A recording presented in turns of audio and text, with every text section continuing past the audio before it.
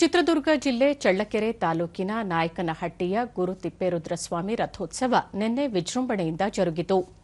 ಸುಡು ಬಿಸಿಲ ನಡುವೆಯೂ ವಿವಿಧೆಡೆಗಳಿಂದ ಆಗಮಿಸಿದ್ದ ಲಕ್ಷಾಂತರ ಭಕ್ತರು ರಥಕ್ಕೆ ಬಾಳೆಹಣ್ಣು, ಹೂವು, ಧವನ ಸಮರ್ಪಿಸುವ ಮೂಲಕ ರಥೋತ್ಸವವನ್ನು ಕಣ್ತುಂಬಿಕೊಂಡರು.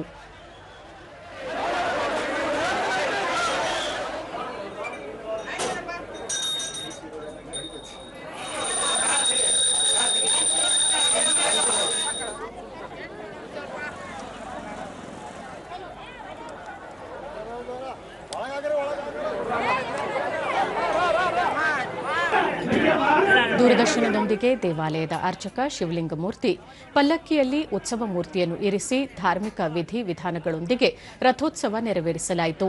ನವಜೋಡಿಗಳು ಸೇರಿದಂತೆ ಲಕ್ಷಾಂತರ ಭಕ್ತರು ರಥೋತ್ಸವಕ್ಕೆ ಸಾಕ್ಷಿಯಾದರು ಎಂದರು.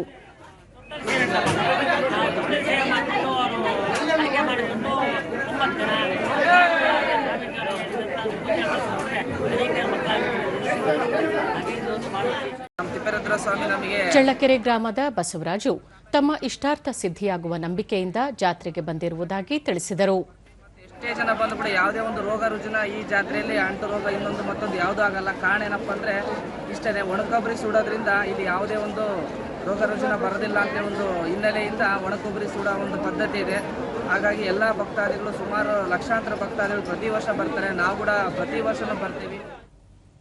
ತೇಜಸ್ವಿನಿ ಕಳೆದ 2 ವರ್ಷಗಳಿಂದ ಜಾತ್ರೆಗೆ ಬರುತ್ತಿದ್ದು ಇಲ್ಲಿಗೆ ಬಂದರೆ ತಮ್ಮ ಕಷ್ಟಗಳೆಲ್ಲ ಪರಿಹಾರವಾಗುವ ನಂಬಿಕೆ ಇದೆ ಎಂದರು.